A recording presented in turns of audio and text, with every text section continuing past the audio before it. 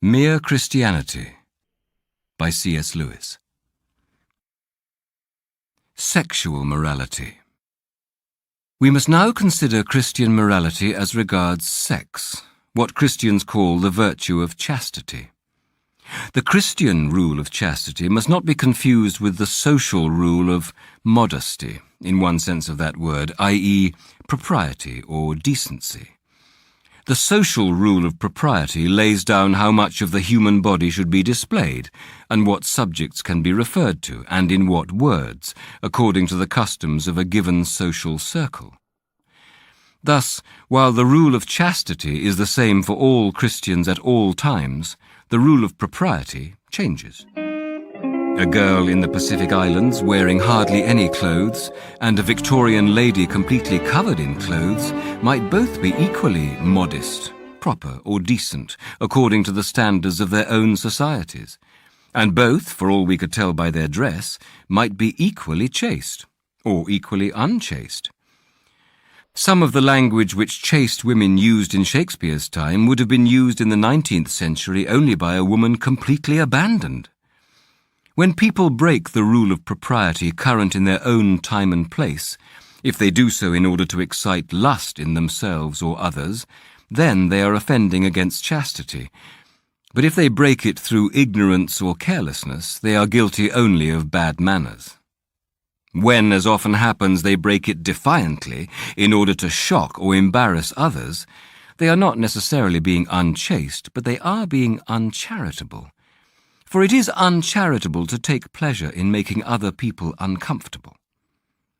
I do not think that a very strict or fussy standard of propriety is any proof of chastity or any help to it, and I therefore regard the great relaxation and simplifying of the rule which has taken place in my own lifetime as a good thing. At its present stage, however, it has this inconvenience, that people of different ages and different types do not all acknowledge the same standard, and we hardly know where we are. While this confusion lasts, I think that old or old-fashioned people should be very careful not to assume that young or emancipated people are corrupt whenever they are, by the old standard, improper, and in return, that young people should not call their elders prudes or Puritans because they do not easily adopt the new standard. A real desire to believe all the good you can of others and to make others as comfortable as you can will solve most of the problems. Chastity is the most unpopular of the Christian virtues.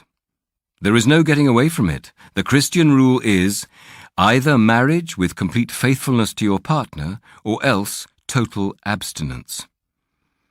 Now this is so difficult and so contrary to our instincts that obviously either Christianity is wrong, or our sexual instinct, as it now is, has gone wrong.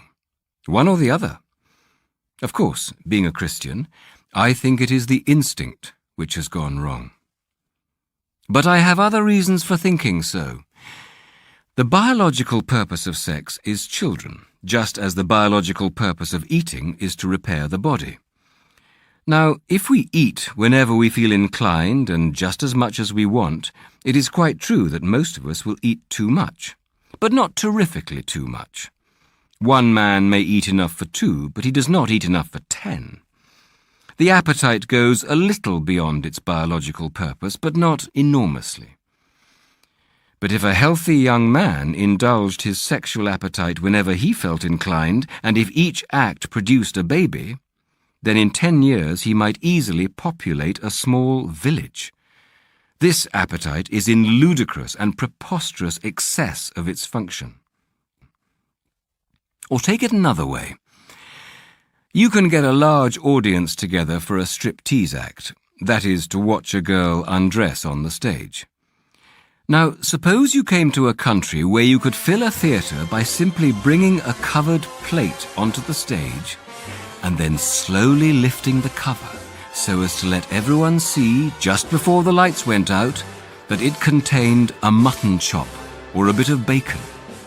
Would you not think that in that country something had gone wrong with the appetite for food? And would not anyone who had grown up in a different world think there was something equally queer about the state of the sex instinct among us? One critic said that if he found a country in which such striptease acts with food were popular, he would conclude that the people of that country were starving. He meant, of course, to imply that such things as the striptease act resulted not from sexual corruption, but from sexual starvation. I agree with him that if, in some strange land, we found that similar acts with mutton chops were popular, one of the possible explanations which would occur to me would be famine. But the next step would be to test our hypothesis by finding out whether, in fact, much or little food was being consumed in that country. If the evidence showed that a good deal was being eaten, then of course we should have to abandon the hypothesis of starvation and try to think of another one. In the same way, before accepting sexual starvation as the cause of the striptease, we should have to look for evidence that there is in fact more sexual abstinence in our age than in those ages when things like the striptease were unknown. But surely there is no such evidence. Contraceptives have made sexual indulgence far less costly within marriage and far safer outside it than ever before. And public opinion is less hostile to illicit unions and even to perversion than it has been since pagan times. Nor is the hypothesis of starvation the only one we can imagine. Everyone knows that the sexual appetite, like our other appetites, grows by indulgence. Starving men may think much about food, but so do gluttons. The gorged, as well as the famished, like titillations. Here is the third point. You find very few people who want to eat things that really are not food, or to do other things with food instead of eating it. In other words, perversions of the food appetite are rare. But perversions of the sex instinct are numerous, hard to cure, and frightful. I'm sorry to have to go into all these details, but I must. The reason why I must is that you and I, for the last 20 years, have been fed all day long on good, solid lies about sex.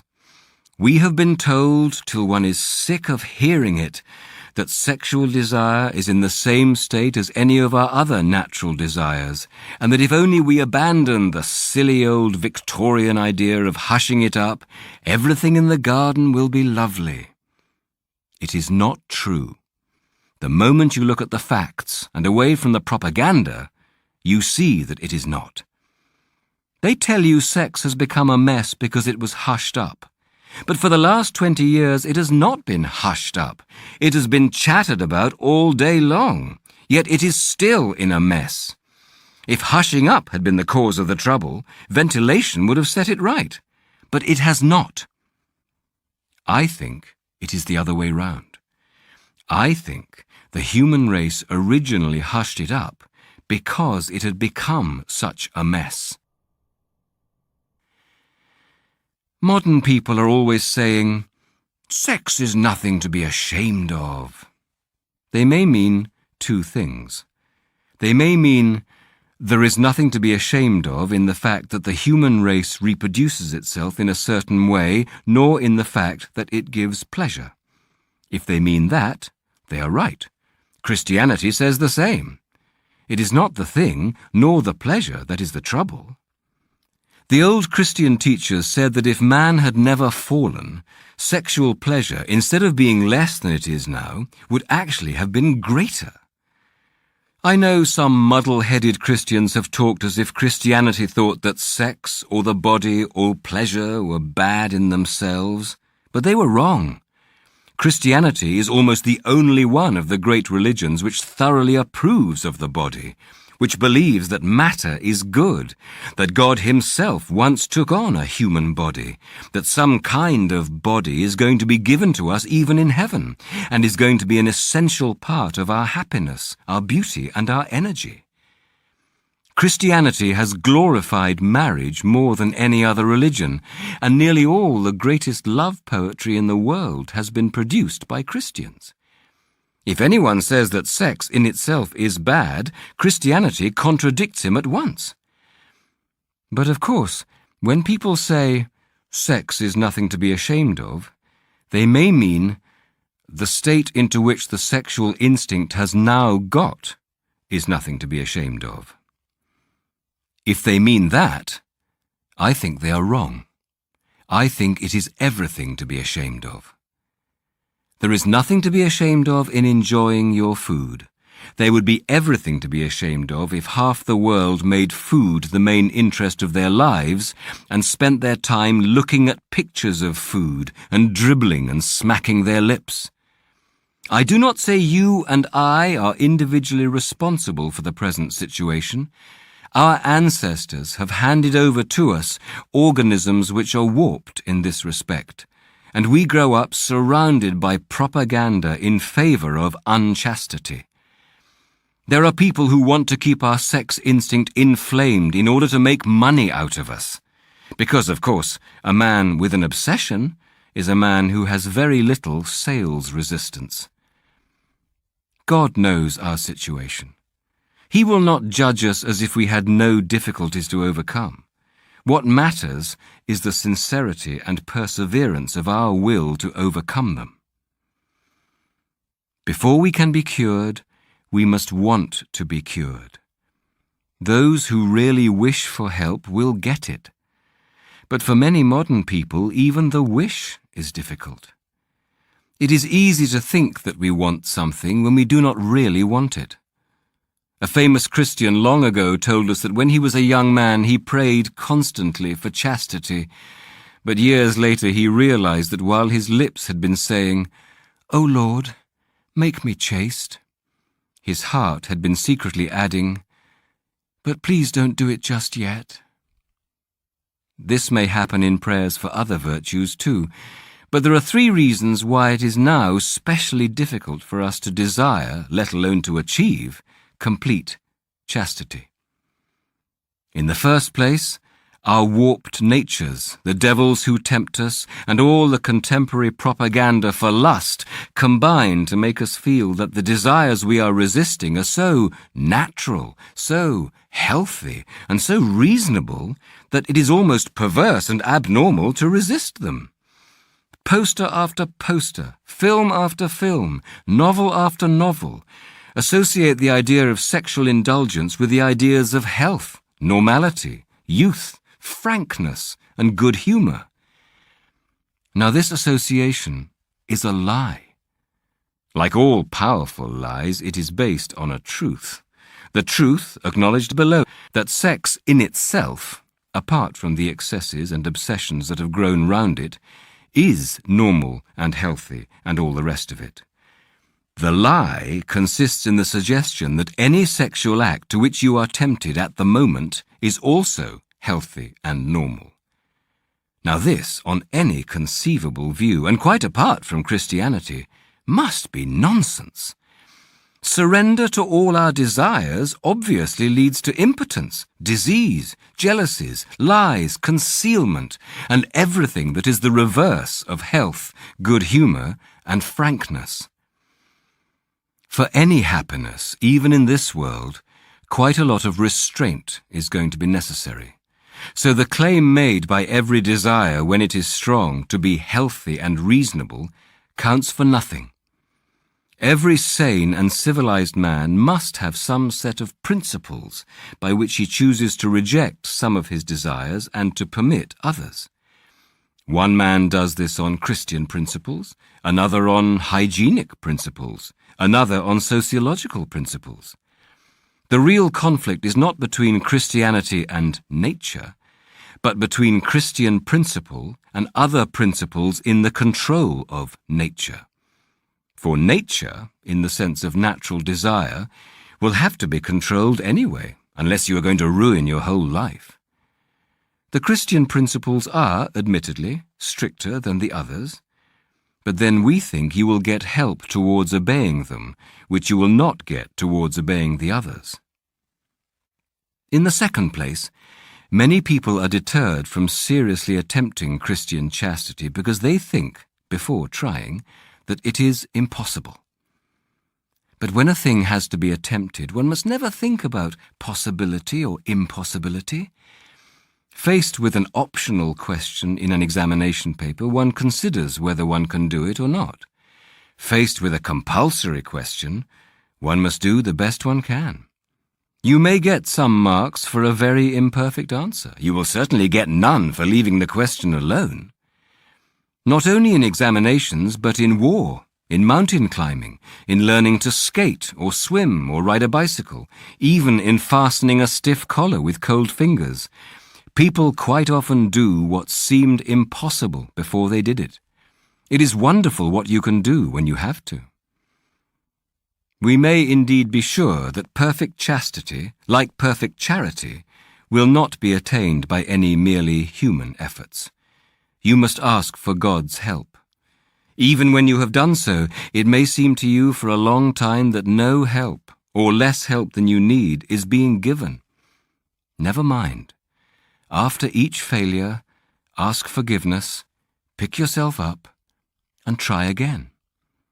Very often what God first helps us towards is not the virtue itself, but just this power of always trying again. For however important chastity, or courage, or truthfulness, or any other virtue may be, this process trains us in habits of the soul which are more important still. It cures our illusions about ourselves and teaches us to depend on God.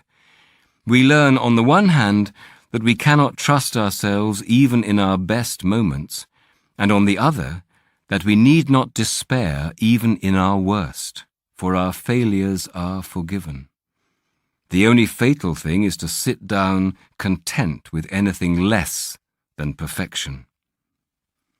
Thirdly, people often misunderstand what psychology teaches about repressions. It teaches us that repressed sex is dangerous. But repressed is here a technical term. It does not mean suppressed in the sense of denied or resisted.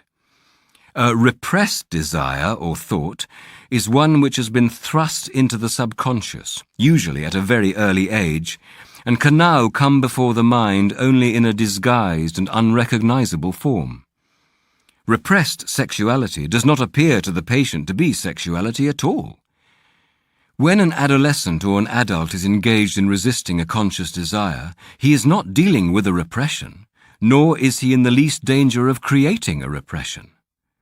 On the contrary, those who are seriously attempting chastity are more conscious and soon know a great deal more about their own sexuality than anyone else.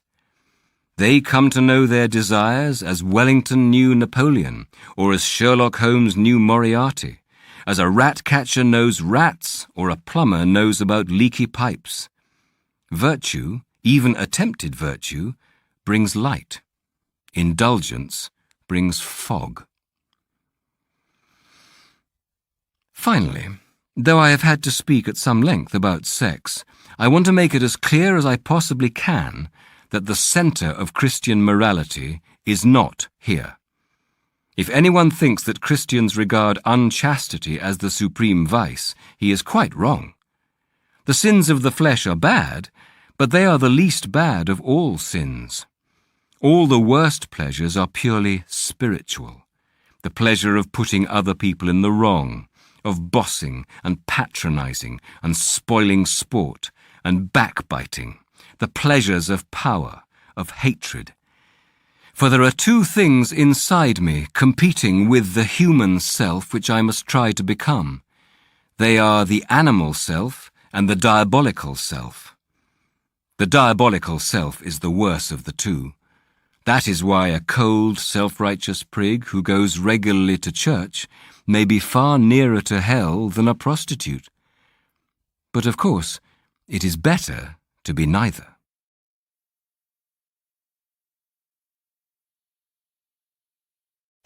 Trumpet, simplifying summer. How far away from the beach do togs become undies? Skin-tight swimming togs, an item of clothing you'd happily wear in public, but not in public. So how far is too far? Let's begin. Togs, togs, togs, togs, togs, togs, togs, togs, togs, togs, undies. Undies, undies, undies, undies. If you can't see the water, you're in underpants. Local supermarkets. Pedestrian crossings. office buildings, public transport, anywhere more than 300 metres from the water's edge, all underpant transformation areas. If we treat the budgie smuggler with respect, undies, togs, everyone wins. Trumpet, simplifying summer.